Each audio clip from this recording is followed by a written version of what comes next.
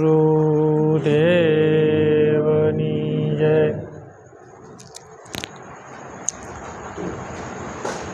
સંતો ભક્તો આ પૃથ્વી ઉપર અવતાર લઈ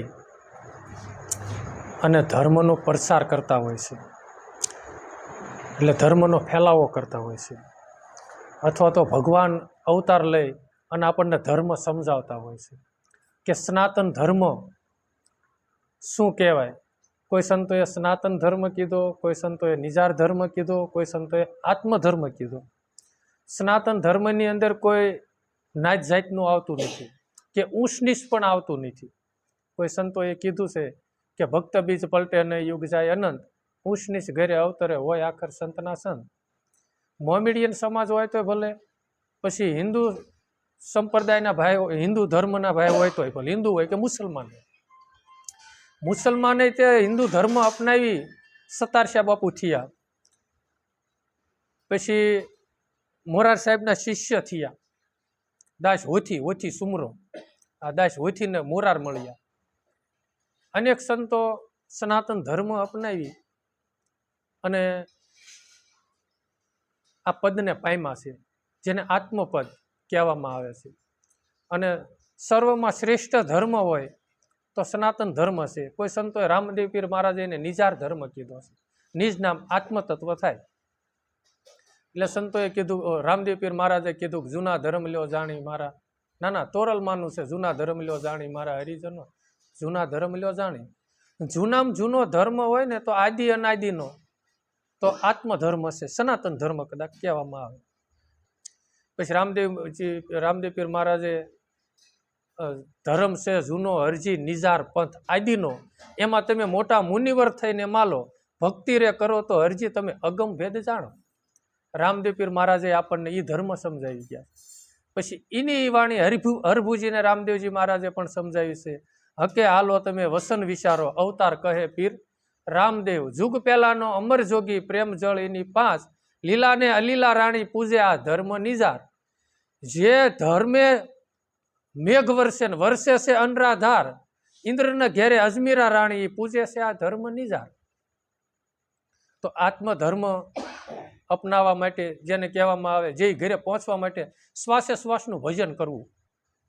પછી તમે જે તમારા ઈષ્ટદેવને જેને માનતા હોય, માતાજીને માનો તોય ભલે, પછી કૃષ્ણને માનો તોય ભલે, રામને માનો તોય ભલે, અથવા તો કોઈ પાસે અજંપા જાપ હોય, કોઈને સદગુરુનું મળવું થયું હોય તો અજંપા જાપ પણ દીધા હોય.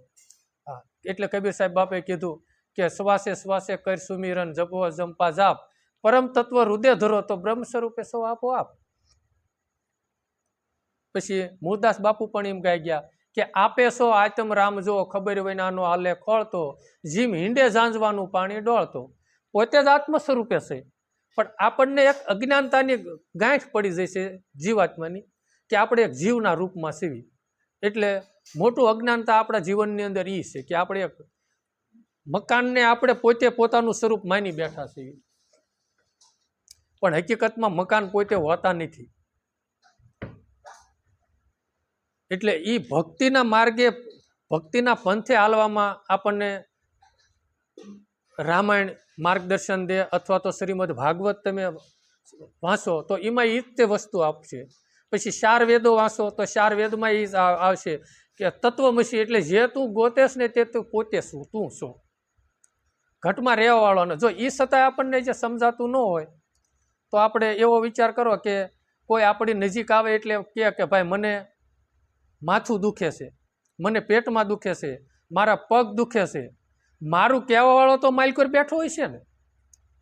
તો મકાન તો પોતે છે નહીં, એ તો નક્કી થયું ને. હાથ આપણે નથી, પેટ આપણે નથી, આપણે હૃદય નથી, આપણું ક્યાંક મને મારા કિડનીમાં આમ થાય છે, અરે મારું મન આમ તેમ થાય છે. તો મારું કહેવા વાળો અંદર કોણ છે? અને એ એક દિન સમયે આથી અંદરથી નીકળી જાય મારું કહેવા વાળો, એટલે આ ખોળિયું તરત ખાલી. એટલે કબીર સાહેબ બાપુએ એનો પુરાવો આપ્યો છે. હમ પંખી પરદેશી મુસાફિર, આયા હું શેલાની, રહેવું તમારી આ નગરીમાં જબલગ હે દાના પાણી. જ્યાં લગી અંજળ છે ત્યાં લગી આમાં રહેવાનું છે, જેટલા શ્વાસા છે ત્યાં લગી આ તન નગરીમાં મનજીભાઈ છે. જેદીની ઘડી અંજળ ફૂટી જાય તો સર્વમાં શ્રેષ્ઠ હોય ને તો રામ માનવતન છે. અને માનવતન પ્રાપ્ત એટલા માટે આપણને થયો છે કે ઈશ્વરની ભક્તિ કરવા સારું થઈને. બાકી હામદામ ને ઠામ તો જન્મ જન્મ મળે છે. અને આમદામ ને ઠામથી એટલી બધી જેટલી આમાં શાંતિનો અનુભવ થાય છે ને એટલો ઓલામાં શાંતિનો અનુભવ નથી. આ બધા એન્ડ્રોઈડ ફોન વાળા ભાઈઓ બેઠા છે એને ખ્યાલ હશે. હમણાં 10 દિવસ પહેલા આવ્યો હતો ને ભાઈ વિડીયો ઓલા પ્રકાશભાઈનો, મુકેશ અંબાણીનો પાર્ટનર, આ કોઈક પગારદાર હતો, 75 કરોડનો બાપુ પગાર, 75 કરોડ એને પગાર. ઓલો ભાઈ કે હજી ઘટતો તને 50% ભાગ કરી દો, મુકેશ અંબાણી કે. એના વિડીયો આવ્યા હતા, મેં જોયું હતું. છતાંય તે જૈન સંપ્રદાયના સાધુ એ બની ગયા અને જીવે ત્યાં લગી કોઈ દી પછી પગરખા નહીં પહેરવાના, આજીવન કોઈ દી નાવાનું નહીં, આજીવન કોઈ દી પંખે હુવાનું નહીં, આજીવન કોઈ દી લાઇટીને અપનાવવાની નહીં. હા, અને કાયમની માટે પર્યટન જ કરવાનું. જેને ભૌતિક સંપત્તિની કોઈ તાણ નથી અને એ આજ મારા વાલીડા શાંતિનો અનુભવ કરવા માટે નીકળી ગયા. તો એ આપણને નક્કી થયું ને પૈસામાં શાંતિનો અનુભવ નથી. અને ગૃહસ્થી આશ્રમની અંદર જેટલી શાંતિ અને આનંદનો અનુભવ કરવો હોય ને તો કર્મ સિદ્ધાંત બનવું જોઈએ. કર્મ સિદ્ધાંત નહીં બની તો આપણે દુઃખી જ થઈશું. દાખલા તરીકે કે હું 2% પૈસાનો હું વહીવટ કરું છું, 3% કરું છું. શું લેવાનું કે હું પૈસા કમાવા સારું થઈને 5% કદાચ વહીવટ કરું કે મારા પૈસા મારા છોકરા સુખી થાય, આટલા પૈસા હું કમાવ ને તો. પણ એ પૈસો એક દિન સમયે દુઃખ દઈને જાય. તમારે તારણ જગતમાં કાઢી લેવાનું. જેટલો વ્યાજવટાનો ધંધો કરતો હોય છે ને એની બીજી પેઢીએ છે ને આમ ધૂંધળું થઈ ગયું હોય છે. કારણ કે પૈસો અનિતિ છે. પછી બીજા નંબરમાં કે તમે ટ્રેક્ટર હાંકવા ગયા, ખેડૂત છો ને આમાં બધા જાજા, ટ્રેક્ટર હાંકવા ગયા અને 55 મિનિટ હાલી અને કોઈ દી નો રામ કેવું કે 1 કલાક હાલ્યું, 5 મિનિટનો પૈસો આવ્યો, એ અનિતિનો જ છે. એ ક્યારેય આપણને સુખ ન દે, દુઃખદાયક બને. પછી આપણે પાંડવોનો આંબો મેં લગભગ સાંભળ્યો હતો પ્રભાતગીરીના મોઢેથી. એમાં એવું કહેવામાં આવ્યું હતું સુરી માયા અને આસુરી માયા, 2 માયાનું એ વર્ણન કરે છે. એમાં આસુરી માયા છે ને એ ખોટા કર્મને પૈસા કમાણાની આસુરી છે. અને સત્યની રાહ હાલ્યા ને પછી જોજો અમુક સત્યની રાહ એના ડોહલા હાલ્યા છે ને એની પરજાય તે સુખી છે ને તો કહે છે કે ભાઈ અમારા ગઢિયાની પુનાય એટલી હતી ત્યારે અમે સુખી છીએ. કર્મ ઉપર જ હાલ્યું ને. આ દુનિયાની અંદર નડતું હોય ને તો કર્મ જ તે. કારણ કે આપણે મૃત્યુ લોકની અંદર આવ્યા છીએ. 3 લોક છે ને બધાને તો ખબર જ છે ને કે પૃથ્વી લોક છે જેને પાતાળ લોક કહેવામાં આવે, આ મૃત્યુ લોક કહેવાય, સ્વર્ગ લોક કહેવામાં આવે. એમાં સર્વમાં શ્રેષ્ઠ હોય ને તો મૃત્યુ લોકની અંદર લેણું ભરઢોળ થાય, બાકી બીજા એક જગ્યાએ નથી થતું. અને આ મૃત્યુ લોકનો એવો સિદ્ધાંત છે કે રામ કર્મ કરો ને કર્મ ભોગવો. ભગવાનના પિતા અરે ભગવાન આ સૃષ્ટિ ઉપર મૃત્યુ લોકમાં આવ્યા ને તો એને કર્મ ભોગવવા પડ્યા. નહીતર તો રામ એમ ન કે ભાઈ 14 વર્ષનો વનવાસ પૂરો કરીને આવું ને પછી મારા પિતાનું અવસાન થાય. પણ એ કાયદો એની નહોતો રાખ્યો. પછી વાલીનો વધ કર્યો તો રામ એ અવતારમાં તો વાલીને એને વસન દીધું ને કે આ બદલો તને હું કૃષ્ણ અવતારમાં દઈશ. અને એ પારધી બન્યા, ભગવાન કૃષ્ણ બન્યા. તો જો ભગવાનને ભોગવવું પડ્યો તો રામ આપણે તો ભોગવવું જ જોઈએ. એટલે આ કર્મ સિદ્ધાંત સૃષ્ટિ છે. પછી તો આપણે એમ કહેવી કે મને ફલાણા માતાજી નડે છે અથવા તો કોઈ ખુરધન દાદા નડે છે, ફલાણું નડે છે. રામ કોઈ દી ન નડે. આ ગામની અંદર સારો માણસ સરપસમાં ચૂંટાણેલો હોય ને તો માણસ બાપુ નડતો નથી. તો આપણે જેને પૂજવી છીએ, ખુરધન દાદા હોય, ભાદરવી આપણે ચોખા કરતા હોય, દીવાબત્તી ધૂપ કરતા હોય અને માતાજીની દરરોજ આરતી કરતા હોય. અને એ તો જગત જનની છે, આદિશક્તિ ભવાઈની છે. એ તો જગતનું સર્જનમાં શાંતિ કરનારી છે, સર્જન કરી. અને એ આપણને થોડા નડે? આપણા કર્મ નડે. કર્મ કોઈ દી છોડે નહીં. અને જો કર્મ એમ બધા માને કે મને આ માતાજી નડે, ફલાણું નડે, તો ક્યારેય એવો વિચાર કર્યો કે આપણા 2 છોકરા નોકરીએ હોય અને દીકરાને એવું આપણને ભગવાન ગોઈને હાસવતા હોય, પાણી માગ્યું દૂધ દઈને એટલી બધી સાહેબી હોય ને ક્યારેય કીધું કે ભાઈ હવે આપણે ભુવાન તેડાવવાનું કાંઈક જોવા ને એટલું બધું કેમ સારું છે? કર્મનો મોળો થર આવે ને ત્યારે જ આપણે કેવી કંઈક જોવરાવો ને એવું થાય ને. પણ કર્મ મેન જો સુખ જોતું હોય ને તો એ વસ્તુ છે ને સારું કર્મ કરો ને એટલે સારી જ કમાઈ થાય. અને અત્યારે જે ભોગવી રહ્યા છે ને પ્રાલબ્ધની કમાઈ છે. પ્રાલબ્ધનું ભોગવતા ભોગવતા બાપુ આપણે બીજો કર્મનો થર બાંધીએ છીએ અને બંધાય છે કેમ એવું તમને કહું. જો કે પછી કદાચ ખાસું હોય ખોટું હોય પણ મારા મત પ્રમાણે મને એવું સમજાય છે કે આપણે બે ભાઈઓ હોય, શીશો કરી નાખો ઘડીક, બે ભાઈઓ હોય આપણે, એ ભાઈ આપણને દુઃખ દેવા આપણને આવ્યો હોય, કદાચ માર્યું હોય, કદાચ કાંઈ દુઃખ દીધું, તો આપણા જીવનની અંદર સારા ગુણો હશે, સારા લક્ષણો હશે ને તો એ તરત માફી માગશે ને કે હાથ જોડશે કે ભાઈ હશે મારી ભૂલ થઈ જાય. એ આપણું હાસું હોય ને એનું ખોટું હોય તો હાથ જોડે તો એ કર્મ કુદરતના સોંપડે, એ તો કંઈ ખોટું કરવાના નથી, બરોબર. અને જો એ આપણે એની સામે બાયું ચડાવી ને એટલે કર્મ ઉલટું આપણે બાંધ્યું અને એ આપણને પ્રાલબ્ધના હિસાબે આપણને એ ભાઈ મળ્યા છે અને પોતાનો જ દોષ અવગુણ જોવો પડે કે મારા કાંક મોળા કર્મ છે ને તો જ દુઃખદાયક આમાં મળે. નકર આગલા જન્મના સારા સુખ હોય તો બધા સુખી માણસો સુખ દેવા જ આપણને પ્રાપ્ત થાય ને. એટલે આખી સૃષ્ટિ ભાઈ કર્મ સિદ્ધાંત છે. એટલે સુખની સાવી સત્કર્મ છે, દુઃખની સાવી અસત્કર્મ છે. પછી તમે આ જેટલા હદાવ્રત હાલે છે એટલા બધા મહાપુરુષો થયા છે આપણા, એમાં સૌરાષ્ટ્ર ભૂમિની અંદર તો તમે અમારે બોટાદથી વટોના આખા દેશ જાઓ એટલે બાપા 20 કિલોમીટર ને 30 કિલોમીટર હાલો ને ત્યાં હદાવત એક ચાલુ હોય અને અડીખમ મહાપુરુષો થયા હોય કે એની તમે વાત જવા દો, જીવતા સમજ લીધેલી હોય. એમાં જસદણ વટીને તમે આથમણી સાઈડ એમના હાલો ને એટલે લગભગ આટકોટમાં લાખો લોયણ થયા. નાથી જીમ તમે આમ હાલો ને એમ બધા એવા અડીખમ પુરુષો થયા અને લગભગ જગ્યાએ હદાવ્રતો હાલતા હશે. કેવી સત્કર્મની કમાઈ કરી છે. અને એ દેશના બાપુ એટલે નરસિંહ મહેતા, એ દેશના આપણે યુવાન છીએ, એ દેશના આપણે નાગરિક છીએ. એટલે નરસિંહ મહેતાએ કીધું ભૂતળ તો ભારત ખંડમાં જન્મી જેને ગુણ ગોવિંદના ગાયા, અવતાર લેવાની પ્રાલબ્ધની કાંઈક કમાઈ હોય ને તો થાય છે. આ મહેશભાઈ નીવડા એ છે એ અમને ટાઇટમ ત્યાં મળવા આવ્યા હતા, યુટ્યુબના માધ્યમથી સત્સંગ સાંભળીને પછી એને વળે આ આયોજન કર્યું, બરોબર છે.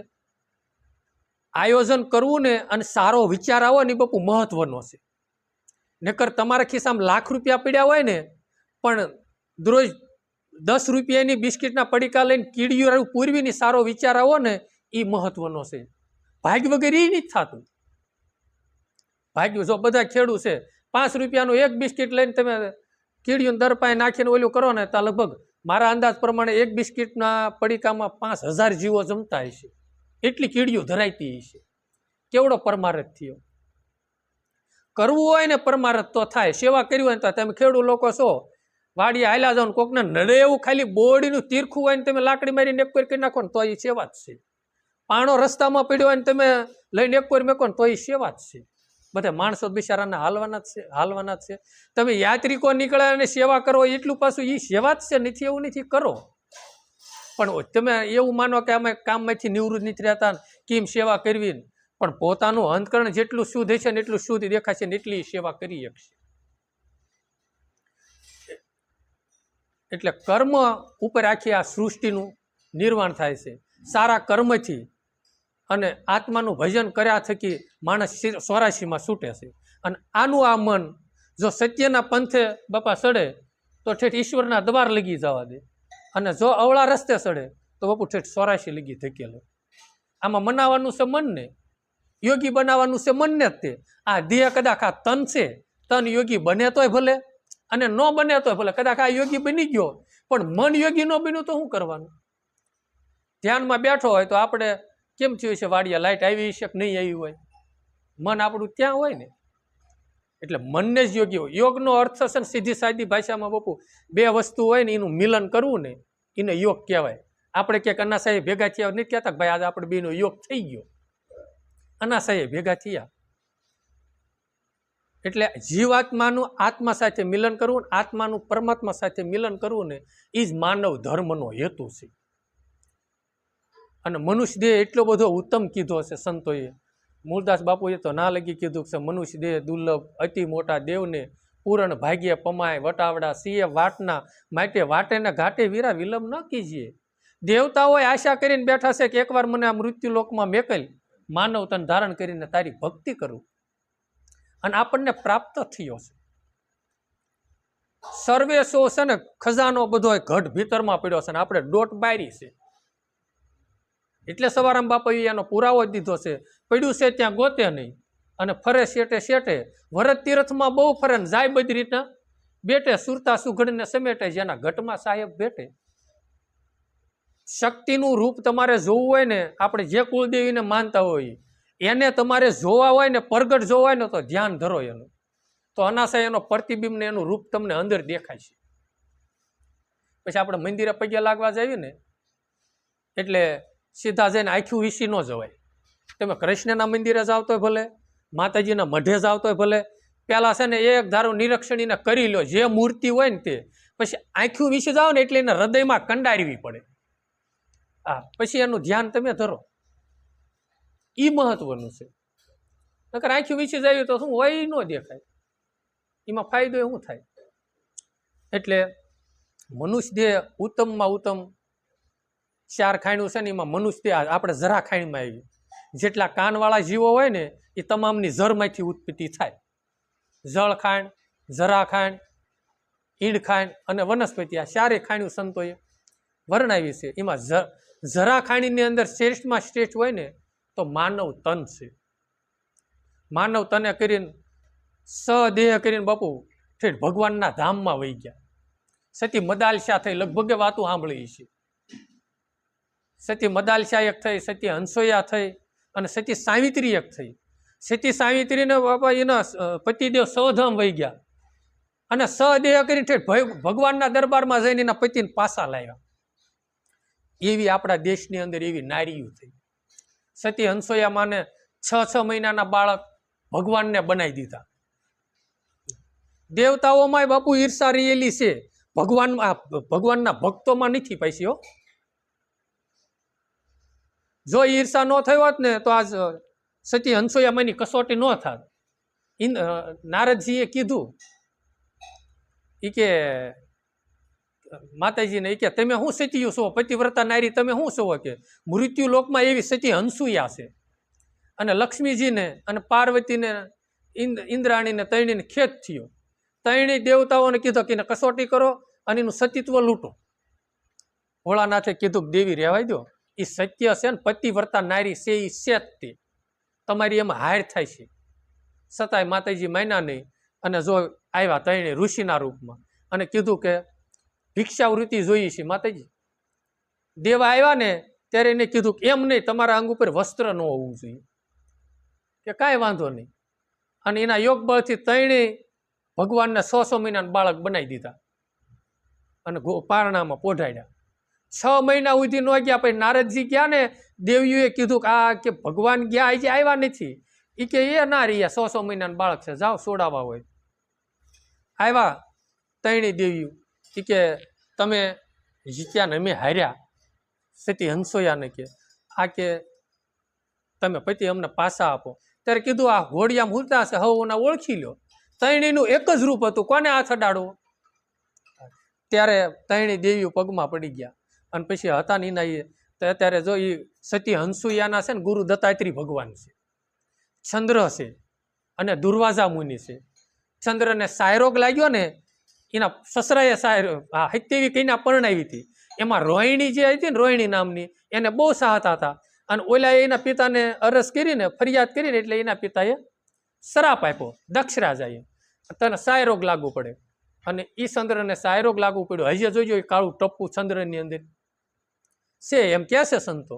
આપણે ઠીઠના જ્ઞાન નથી એટલે આપણે વાત સાંભળેલી છે એટલે કરી. અને એને સોમનાથની અંદર આપણે જ્યાં જાવીએ ને પ્રથમ શિવલિંગની સ્થાપના થઈ. હા, એ સોમનાથની અંદર એને તપ કરી અને ચંદ્રએ પ્રગટ કરેલા છે ભોળાનાથને. અને ગુરુ દત્તાત્રેયે નાથ બેઠા બેઠા ગિરનારમાં તપ કર્યું. અને દુર્વાસા મુનિએ જગતનું પર્યટન કરી અને પરમારથ કર્યું. મારો કહેવાનો ભાવાર્થ એ છે કે માનવ તને કરીને, અને માનવ તન જ એક એવું છે. ગંગા સતીમાં એ કીધું એ કે દોષને અવગુણ કોઈના ન જુએ પાનબાઈ એને કહીએ હરીના દાસ. જેનું કૂટ કપટ રહિત છે બાપુ, આ સૃષ્ટિમાં માનવ જ એ રીતનો બની શકે છે.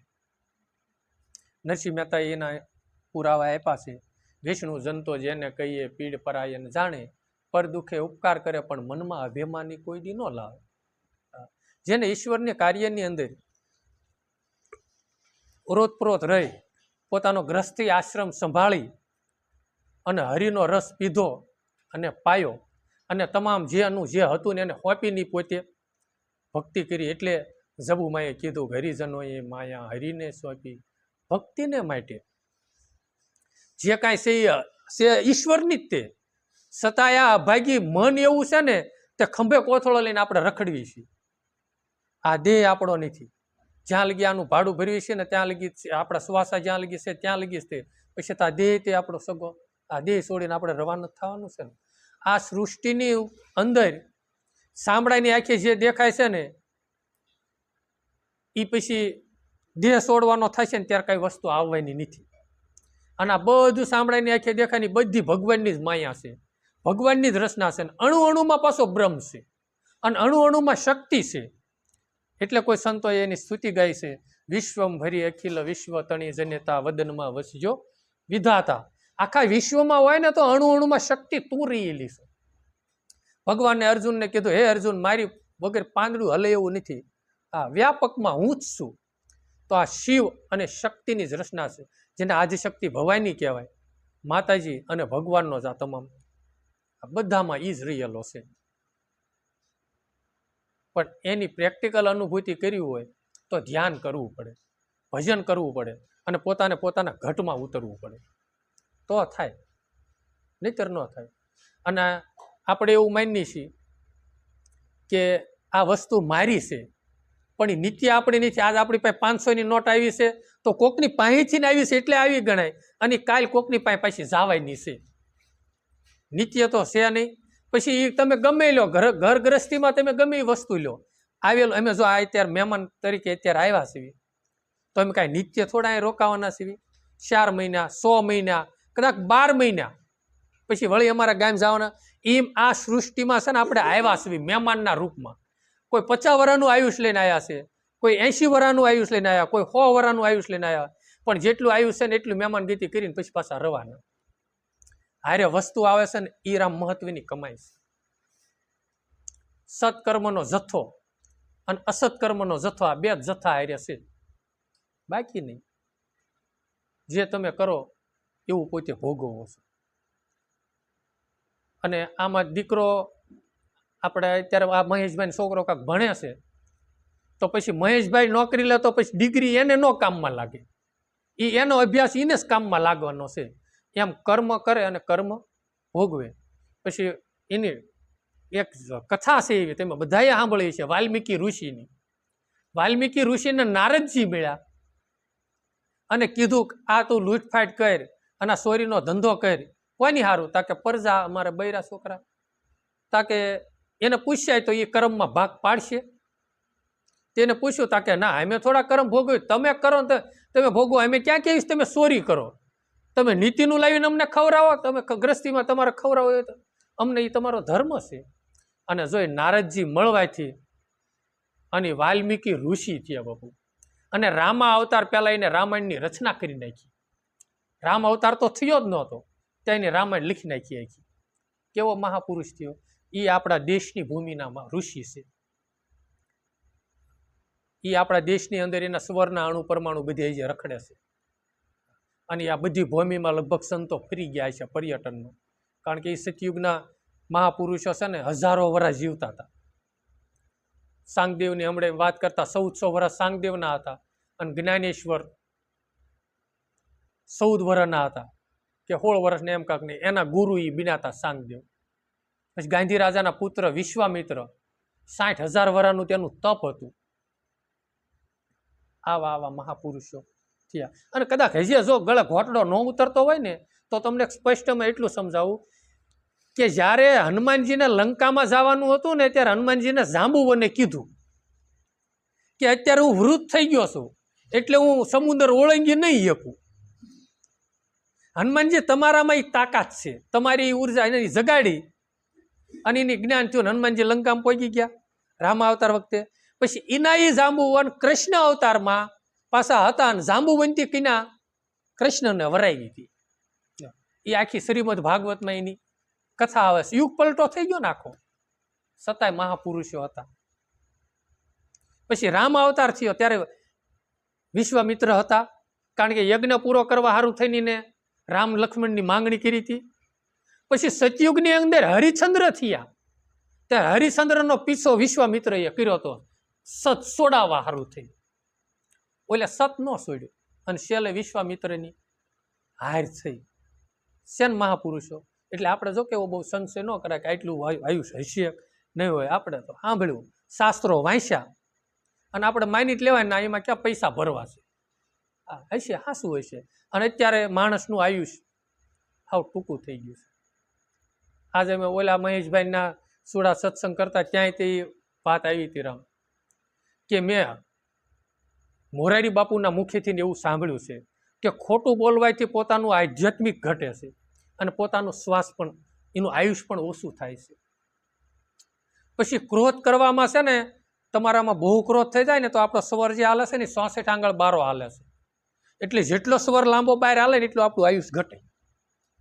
ક્રોધ આવે ત્યારે નથી આમ માણસ લાલ સો થઈ જતો ને ધુહાડા નાખી જાય, પણ રામ ક્રોધ કરાય નહીં. અને એમાં હું તો જેની પાસે અજંપા જાપ છે, ગુરુ મંત્ર છે અને દ્રોહ ધ્યાનમાં બેહતા હોય ને ભજન કરતા હોય ને, એને તો રામ ક્રોધ કરાય જ નહીં. 1 મહિનાનું ભજન અને 1 પળનો ક્રોધ, કા બાપ યોગ નષ્ટ થઈ જાય. ક્રોધ કરાય જ નહીં, મૌન થઈ જવાય. અને બહુ આપણને ક્રોધ આવવા મળે ને તો નિમલ્યો કે સવારથી તે બપોર 12 વાગ્યા લગી કોઈને બોલવાનું જ નહીં. કોક ક્યાં તો ઈશારે કહી દેવાનું, તો ધીરે ધીરે ક્રોધ. અને જેટલું ધ્યાન યોગમાં બેસો ને એટલો જ ક્રોધ સમશે, નહીતર ન સમે. અને કાં તમે માતાજીને માનતા હોય, રામાપીરને માનતા હોય, જેને માનતા હોય, તમારી જીવનમાં જાગૃતિ હોય કે મને ક્રોધ આવવાની તૈયારી છે, એટલે એ માતાજીનું નામ કે ભગવાનનું નામ તમે ચાલુ કરી દો. એટલે એક વસ્તુ અંદર બેઠી છે ને એટલે બીજી વસ્તુ અંદર આવશે, પરિવેશ નહીં કરવા દે. અને આવશે ને તો એ તરત રવાના થશે. અને અત્યારે તો ભાઈ ક્રોધ કાકા આવે ને તો એની વાત જ જવા દો. 3 દી તો આપણું મોઢું ન ઉતરે. રોજ આમાં મળતા હોય, સીતારામ કરતા હોય તો કેટલાય દી સીતારામ ન કરવી. પણ એ વસ્તુ નકામી છે. દુશ્મનના વર્ડ છે ને રામ અંદરથી કાઢવાની છે. અંદરથી નીકળી જાય ને તો કોઈને બહાર છે જ નહીં રામ. બધાના આત્મરૂપે જોવો, ભગવાનના રૂપે જોવો તો કાંઈ છે નહીં. પણ અંદર મૂળી સંસાર પ્રગટ થયો. બહારનો સંસાર નડતો જ નથી. બહારનો સંસાર બાપુ પ્રગટ છે એ નડતો નથી. ભીતરમાં પીડ્યો છે ને એ નડે છે, બહુ હાનિકારક છે. આપણામાં અધ્યખાય છે, ઈર્ષા છે, રાગદ્વેષ છે, કામ, ક્રોધ, લોભ, મોહ, મદ, મચ્છર, આ શત્રુ છે. પંચ વિષયો, રૂપ, રસ, ગંધ, શબ્દ અને સ્પર્શ, આ બધા રામ આવ્યું તું મહેમાન છે. 6 મહિનાનું બાળક હોય ત્યારે ક્યાં એને કાંઈ થોડી ખબર હોય કે અત્યારનો સ્પ્રે સાઈટ્યો અને સોનાનો ભાવ 1 લાખ થયા હોય તો એને શું ફેર પડે? કારણ કે એ છે નહીં. પછી જેમ મોટું થતું જાય ને બાળક, એમ પછી ઓલા બધાય અંદર પ્રવેશતા જાય. ત્યાં દેહ છોડે ત્યાં લગી પછી ઘર કરી જાય, પછી જાય જ નહીં. એટલે રામ પ્રકૃતિ અને સ્વભાવ સુધારો હોય ને તો ભજન કરો જેટલું થાય. તમે જે દેવને માનો એટલે. હા, એવું નથી કે આનું જોયેલું કરવું, પણ સંતોએ મહાન વસ્તુ એને કીધી શ્વાસે શ્વાસનું ભજન કરો. માર્કંડ ઋષિ થયા ને રામ, એ ઠેઠ વેદમ વ્યાસના હૈકામાં થયા. હજી એની વાણી અત્યારે ગવાય. વર્ષો વહી ગયા. હેજી ગુરુ મારા મહામંત્રનો મોટો મહિમા વખાણું બ્રહ્મના વેદમાં, ઋષિ મુનિઓ જપતા જાપ હરિનો હતા 4 વેદમાં. આવો મોટો મહામંત્ર સર્વમાં શ્રેષ્ઠમાં શ્રેષ્ઠ મહામંત્ર કીધો. કોઈ સંતોએ મહામંત્ર કીધો, કોઈ સંતોએ ગુરુ મંત્ર કીધો, કોઈ સંતોએ અજંપા જાપ કીધા. અને આના અજંપા જાપ શંકર ભગવાન, જેને શંકર કહેવાય, એને માં ઉમાને આ વસ્તુ આપી હતી. અને એ હજી એમને પરમારથ એમાં છેલ્લે નામાસણ આવે છે. બોલ્યા બોલ્યા ઋષિ માર્કુન મહામંત્ર શિવજીએ દીધો. કોને? માં પાર્વતીને દીધો. અને માં પાર્વતી સાંભળતા હતા ને, એમાં ઓલું પોપટનું ઈંડું હતું ને એ ગંદુ, એ બસું થઈ ગયું અને સાંભળી ગયું અને નાચીને રવાના થયું. અને વેદમ વ્યાસના ઘરના પાણીનો ઘડો ભરીને જતા ને એમાં ફોરો થઈને પડી ગયા. ની માતાજીના ઉદરમાં ગયા અને 18 વરાક 18 મહિના કાકી રિયા અંદર ને અંદર. ભોળાનાથ ગયા ને એ કે બહાર નીકળો દુઃખ દેણ, એ કે દુઃખ દેણ નથી, હું સુખ દેણ છું, મારી માને પૂછો કાંઈ પીડા થાય છે? પૂછવામાં આવ્યું માતાજી, એ કે કાંઈ થાય તેને હળવું ફૂલ જેવું છે. એ કે બહાર પધારું ખરો, પણ તમારી માયા મને લેશ માત્ર લાગવી ન જોઈએ, હકેલી લો. અને એ માયા ભગવાને એક ક્ષણ માત્ર હકેલી ને ત્યાં જન્મ થયો ને એ સમયની અંદર નવનાથ સિદ્ધ 84 કોઈને માયા ન લાગી.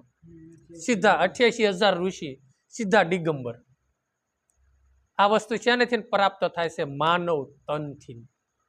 માનવ તન એટલું બધું શ્રેષ્ઠ છે, ધારે ને ત્યાં એ પોગી શકે છે.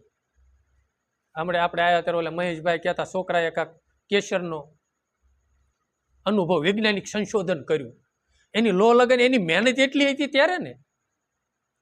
તો રામાયણ તમે જેટલો અભ્યાસ કરો ને એટલે એની અંદર કુંડલીની શક્તિ છે ને સંતો કહે છે એ જાગૃત થાય. જે 7 ચક્રો કીધા, 7 ચક્રની અંદર જે 36 અક્ષરો છે ને, ક ખ ગ ઘ, હા, પછી ટ ઠ ડ ઢ છે ને એ આજ્ઞા ચક્ર ઉપર રિયેલા છે ને બાપુ.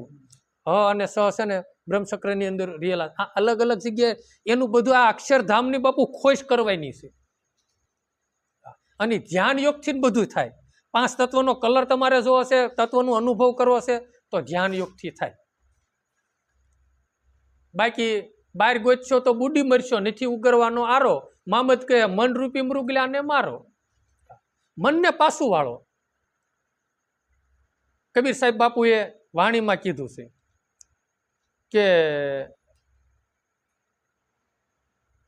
અરે ઢીંગલા રમત મત રમણા, કોઈ સાધુ દેખ કર નમણા, કોઈ સંત દેખ કર નમણા.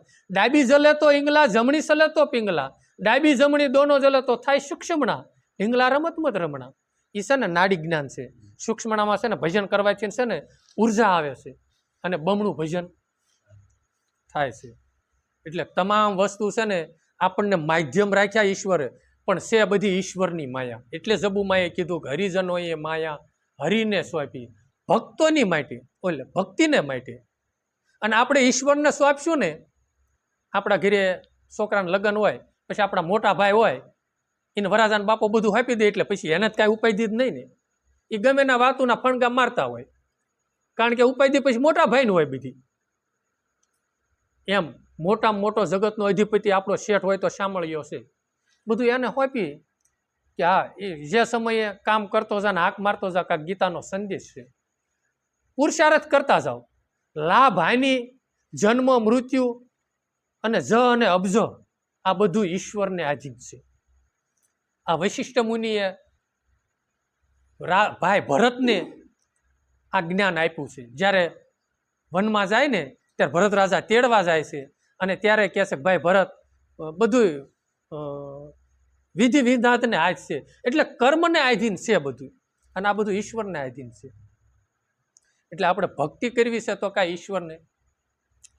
પછી એને કીધું કે મીરાબાઈને લાગી તાળી, ગિરધારે વિના ઈ કશું ન ભાળી. ઓલા રાણાજીએ ઝેર પાયા જાણી જાણી, ભક્તિને માટે. મીરાબાઈને તાળી શેની? રામ નામની લાગી. પછી નરસિંહ મહેતાએ આનો પુરાવો દીધો, જે મીરાએ દીધો ને, રામ નામ શું તાળી લાગી, સકળ તીરથ જેના તનમાં, વિષ્ણુ જનતો એને કહીએ પીડ પરાયણ જાણે. જેને ભગવાનના નામની તાળી લાગી છે ને એ નરસિંહ મહેતા કે એના શરણમાં તમામ તીર્થો છે. અને બાપુ ગામનું ધામ બને હો. આજથી 55-60 વર્ષ પહેલા બગદાણાને કોઈ ઓળખતું નહીં હોય દાદા તમારી ઉંમરમાં. અને અત્યારે તમે ગુજરાતમાં કોઈ એવું ગામડું બાકી નહીં હોય બાપુ બજરંગદાસ બાપાની મઢુલી વગરનું છે ને, કેવડી કમાઈ છે એની. અને અત્યારે બગદાણા મોટું ધામ થઈ ગયું. પછી આ પીપળી જોવો ને, પીપળી તો આજકાલનું 40-50 વર્ષ કદાચ થયા સવારામ બાપુનું, આપણે આ જબુમાનો ઇતિહાસ લેવી છે. અને અત્યારે પીપળી ધામ છે ને, શેના લઈને સંતનું પ્રાગટ્ય થયું ને. નકર પાળિયાદે આદિ સમયમાં તો પાળિયાદ જ હશે, પણ વિહામણ જુનાગઢની અંદર મહેતા નરસિંહ થયા ક્યાંક, નહીતર એની ઉપર મારા અંદાજ પ્રમાણે બહુ 3 રાજા થયા હશે કદાચ, પણ એકેય રાજાનું એમાં નામ ન રહ્યું, બધાને ડિલેટ લાગી ગયા ક્યાંક નરસિંહ મહેતાનું જુનાગઢ રહ્યું ને. અને એ થયા એને 800-1000 વર્ષ થયા. હજી આપણે એના પદ ગાવી છીએ તો આપણને તાજું લાગે છે. અને એનો ફોટો જોયું તો આપણને એમ થાય નરસિંહ આમ જ તે હશે ને. એમ મીરાબાઈને રામ નામની તાળી લાગી. રામ નામની તાળી લાગી એને પ્રાલબ્ધની કમાઈ પડી હતી. એટલે એ કમાઈ હોય ને તો તમે બધા સત્સંગમાં બેઠા છો ને એ માટે બાપુ બહુ પ્રાલબ્ધની કમાઈને ભાગ્યવાન છો. નહીતર છે ને કોઈ કીધું હોય ને બાપા સત્સંગમાં આવજો, ભાગ્યમાં ન હોય ને તો કે ભાઈ ક્યાં ટાઈમ મળે છે. હા, મારે છે ને ખાઈને હુવાની ટેવ, એટલે મારે 11 વાગ્યા લગી બેસવામાં અનુકૂળ નહીં આવે, લાંબુ થવા જોઈએ. ભાગ્ય વગર ન થાય. અને અમુક જેનું પ્રાલબ્ધની કમાઈ છે અને કાંઈક સત્યની કમાઈ છે ને એને બાપુ સત્સંગની વાત સાંભળે ને તો એને ગોળના ગાડા આવે. ગંજેરી હોય એને કેવી ને 2 જણા પીવાવાળા આવ્યા છે તો એ હાથી આંકતો હોય ને તો ઊભું છોડી નહીં, તે પણ ઓલું સટ મારવા ભાગી જાય. તો એવો જ નિશો આમાં છે ભજન સત્સંગની અંદર.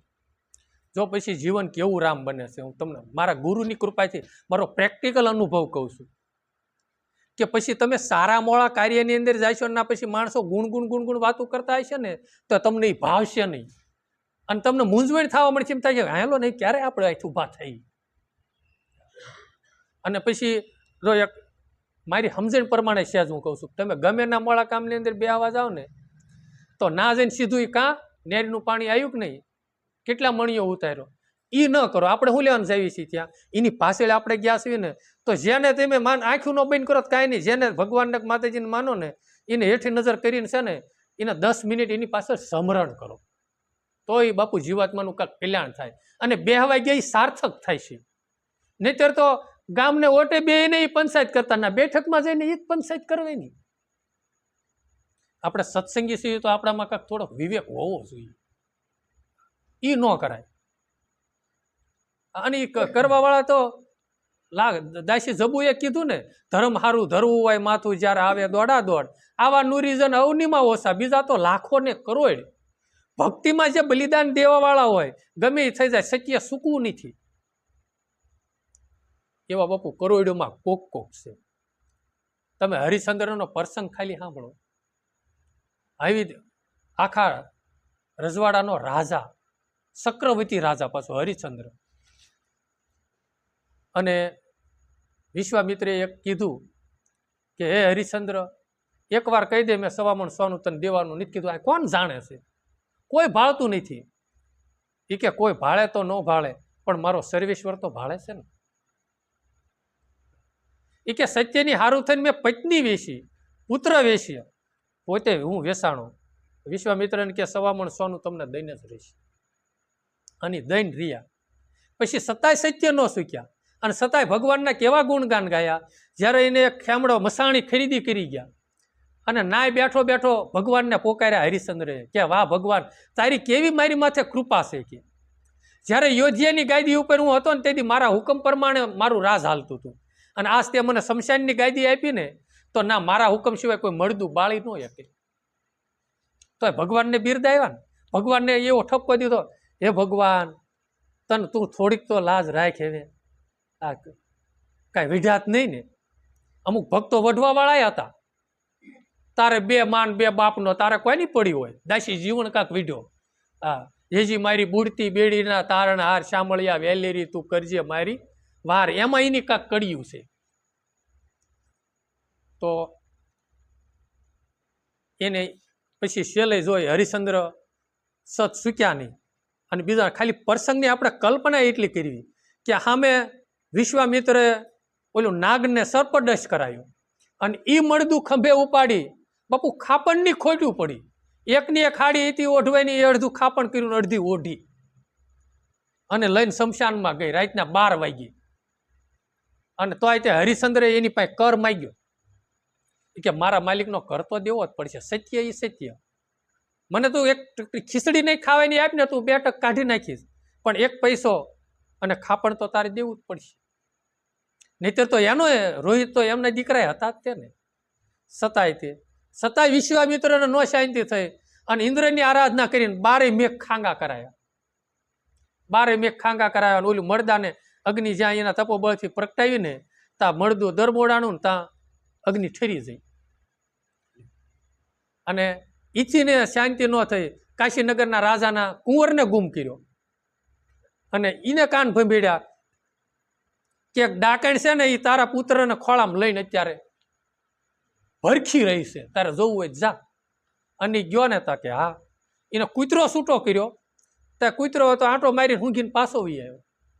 ત્યારે વિશ્વામિત્રએ કીધું કે ભાઈ એ કૂતરો ઘડીકમાં ફસે અને ઘડીકમાં ગ્યાલ કરે કે ઓલો ખેમડો મસાણી છે એને મેકેલ.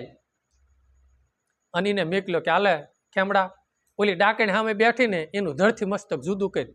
તો એમ ન બોલ્યા કે મારી પત્ની તારા દેશે, તારા મતી છે એમ, તોય છતાંય ન કીધું. અને કીધું તારા સાવધ થા, હવે ફના દુનિયાનો અંત આવી ગયો છે. ત્યારે તારા મતીએ કીધું હે પતિદેવ તમે જોજો અત્યારે આ સંબંધ તમે નહીં નિભાવતા, એક ઝાટ કે મારું ધરથી મસ્તક જુદું કરજો, તમારો હાથ જો ધ્રુજી જાય છે ને તો હું હેરાન થાય. અને એને તલવાર ઉગામીને અને શત્રુભુજ તરત પ્રગટ થયા અને ખડક પકડી લીધી અને સુદર્શન વિશ્વામિત્રની પાછળ છોડ્યું અને ત્રણે લોકમાં ફર્યા, કોઈ આશરો ન આપ્યો. એટલે ભગવાને કીધું કે જેનો ગુનેગાર છો ને એના શરણે જા. અને હરિશ્ચંદ્રના શરણે ગયા મને બસાવો. એટલે તરત શક્રને રોકી વાળ્યું. એ કે પ્રભુ હરિશ્ચંદ્રને માર્યા પહેલા તમારા દાસને મારો ને પછી હરિશ્ચંદ્રને મારો. પછી કીધું માગે હરિશ્ચંદ્ર.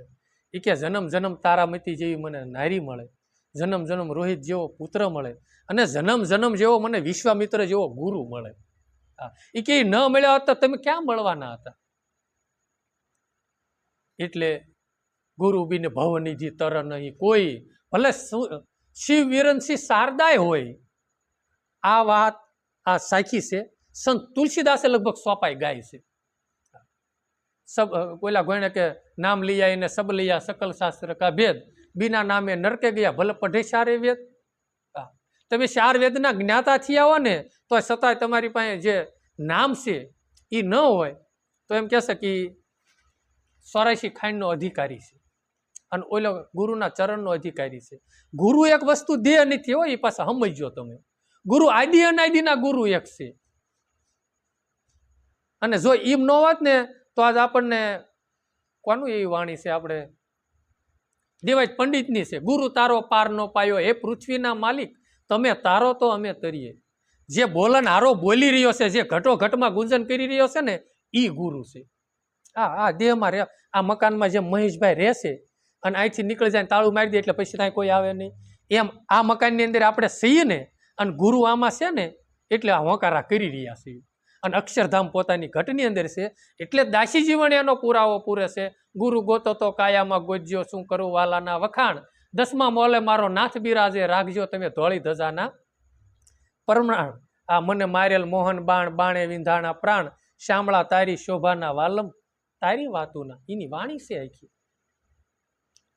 એટલે મીરાબાઈને નાની ઉંમરમાં, અને એ જો બાપુ કુવામાં હતું ને એટલે અવેડામાં આવ્યું. મીરાબાઈના પિતા જયમલ રાઠોડને એવું વ્રત હતું કે હવા પર દી સડે ને ત્યાં લગી ધ્યાન યોગમાં બેહવું, અને કદાચ કોઈ ઊભા કરવા જાય ને તો એને શિક્ષા કરતા હતા. એમાં કોઈ પાળ સડી આવ્યું અને કીધું કે હવે શું કરવું? પછી એની જન્યતા હતી ને એને બીકલ્યા અને એ જ્ઞાન તા કે કોણ? તા કે હું. કે અરે માડી તમે શું? એ ક્યાંય બે જાવ આઈના આઈના ભજનમાં, તમે શું એનું શું થયું? નકર કોઈ ભજનમાંથી ઊભા કરે ને તો એને બાપુ મૃત્યુ દંડ દેતા હતા, આ શિક્ષા કરતા હતા. છતાંય તે અને પછી છે ને ભગવાન ખડક ખડક દાદરીથી ઉતરી અને આખા પાળને જીતી અને વી આવ્યા અને ઘોડો જ્યાં બાંધ્યો અને નાચીને રવાના થયા ને ત્યાં ઓલા જયમલ રાઠોડ રાજા ઉતર્યા. એ કે ક્યાં પાળ છે ને કઈ બાજુ? તા કે પ્રભુ હું તમે? રાજા કે હું બાપુ બોલો છું? હજી તમે આ યુદ્ધ કરીને આ ધીંગાણું ખેલીને આવ્યા, હરાવીને આવ્યા છો, ના ઘોડા નીચે પરસેવો નહીં થૂકાવો. ત્યારે કીધું એ મારો નાથ આવ્યો, મારો ધણી આવ્યો ભગવાન. અને મીરાબાઈ એનું સંતાન બાપુ હતા. સુખી થવું હોય ને તો સારા સંસ્કારો આપણા, પછી માણસમાં બાપા લોહીના ગુણો આવે ને. આપણામાં એવો ક્રોધ હોય કાંક આમ તે હોય તો આપણા પ્રજામાં થોડા ઘણા લક્ષણો તો આવે. એમ મીરાબાઈને નાની ઉંમરમાં એમ કહેવાય છે કે ના ઝરૂખે ઊભા હતા અને કોઈ વરાજો પણવા જતો અને એની માને પૂછ્યું માં આ શું છે? તાકે કન્યાને વરાજો પણવા જાય છે, એ વરાજો બનીને જાય છે. તો કે મારો વર તે એની માએ હસતા હસતા અનાસાએ 9 વર્ષની દીકરીને કે શું ખબર પડે, એ કે તારો વર કે આ ગિરધર કૃષ્ણ, અને નાચીને બસ લાલન પાલન મારો ગિરધર. અને એટલી લો લગન લાગી ને રામીને, તેને સપનામાં કૃષ્ણ આવ્યો. અને એને જો ના વાણી છે, અમુક ભાઈઓ ભજન ગાય છે, ખ્યાલ હશે. મન મોડી મોડી રાતે રે માં એવા સોણા આવ્યા, અમે પીળા પીતાંબર ધર્યા, માંડવડે ફેરા ફર્યા, અમે અમરવરને વીર્યા, માં અમને એવા હોણા આવ્યા. મેં ફૂલડા વીણા ફાટે, વેરાણા વાટે ઘાટે, એ તો મારા મનમોહનની માટે. માં મને ભગવાન આવો સપનામાં દેખાણો. એની માએ હાથ જોડ્યા, બેટા ભાગશાળી, અમે આટલા વર્ષથી ભક્તિ કરી, સપનામાં નથી આવ્યો, અને તને સપનામાં? હા. અને નાચીને એને સન રંગ લાગી ગયો. અને જે સાધુ સંતો રજવાડામાં આવે ને પૂછે કે મને આવો કોઈ ભગવાન બતાવે, કોઈ કે ભાઈ આ રીતનું નથી સેટિંગ અમારી પાસે. એમાં એકવાર કોઈ જ્યોતિષ આવ્યા અને જયમલ રાજાને ખબર પડી. પછી એને કીધું, મીરા થોડીક યુવાન થયા, એ કે મારી મીરાનો જોશ જોવો ને. એ કે શું જોવાનો? એનો હથેવાળો કોઈની હારે છે.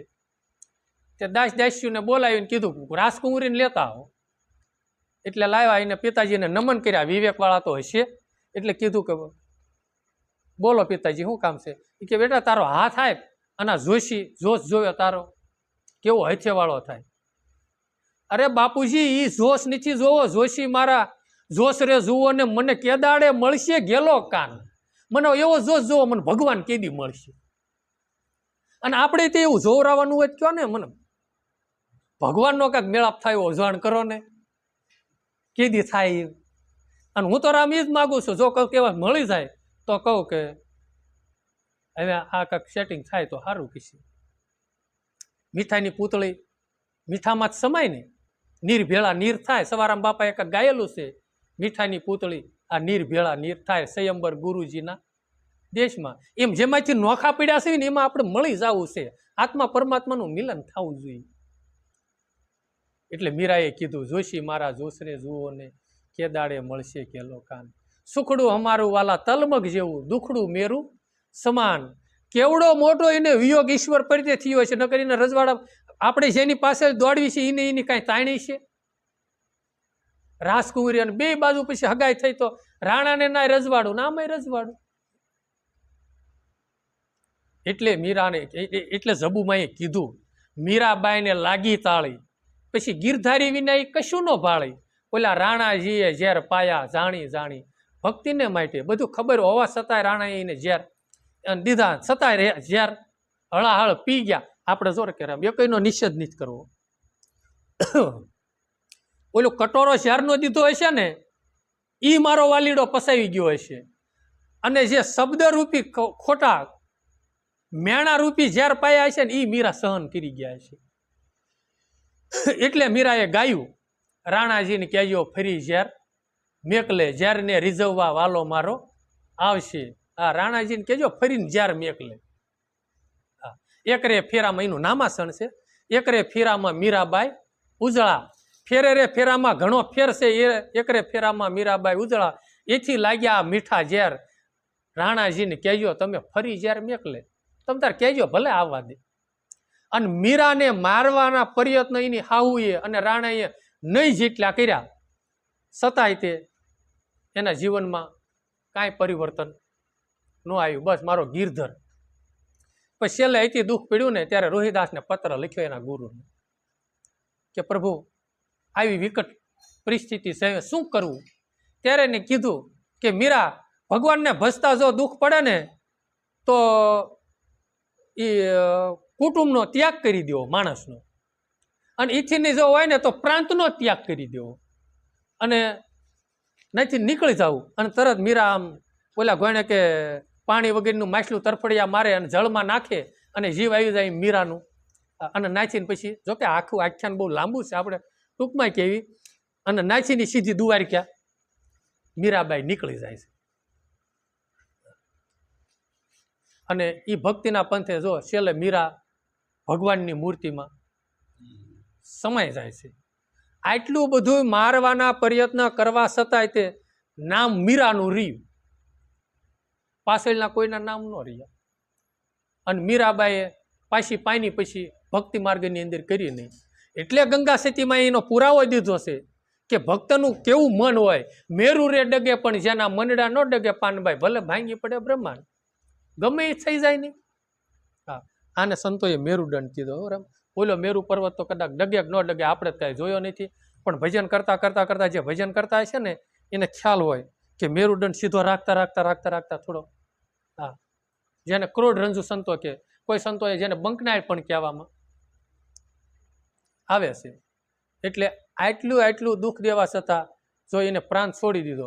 અને એક વાણી પણ ગાય છે, પણ કોઈની છે ખબર નથી કે નારાયણનું નામ જ લેતા વારે એને ત્યજીએ. પ્રથમ પિતા પ્રહલાદે ત્યજ્યા, નો ત્યજ્યા શ્રી રામ. ભરત શત્રુઘ્ને ત્યજી જઈને હતા, પણ નો ત્યજ્યા શ્રી રામ. નારાયણનું નામ જ લેતા વારે એને ત્યજીએ.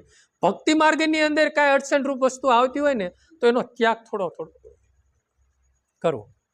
પણ જો શાંતિ હોય ને બાપુ તો ગ્રસ્તી આશ્રમમાં રહીને ભક્તિ થાય છો. અને સર્વમાં શ્રેષ્ઠ ગ્રસ્ત આશ્રમ છે. 4 આશ્રમો છે ને, વર્ણ આશ્રમો, બ્રહ્મચર્ય આશ્રમ, વનપ્રસ્થાન આશ્રમ, સંન્યાસ આશ્રમ, ગ્રસ્તી આશ્રમ. એમાં બધા એને છે ને વનપ્રસ્થાન હોય ને રામ, એને ત્યાં ગ્રસ્તી આશ્રમ વાળા ના જાય ને બધું ત્યાં ને ત્યારે લોકો પેટ ભરે છે. આ જૈન સંપ્રદાયના સાધુ હોય ને, હું તેને બહુ વંદન કરું. હિન્દુ સંપ્રદાયની અંદર અત્યારે શિખરમાં શિખર ધર્મ હોય ને તો જૈન સંપ્રદાયનો છે. એમાં છે ને સજે આઘું પાછું ન હાલે.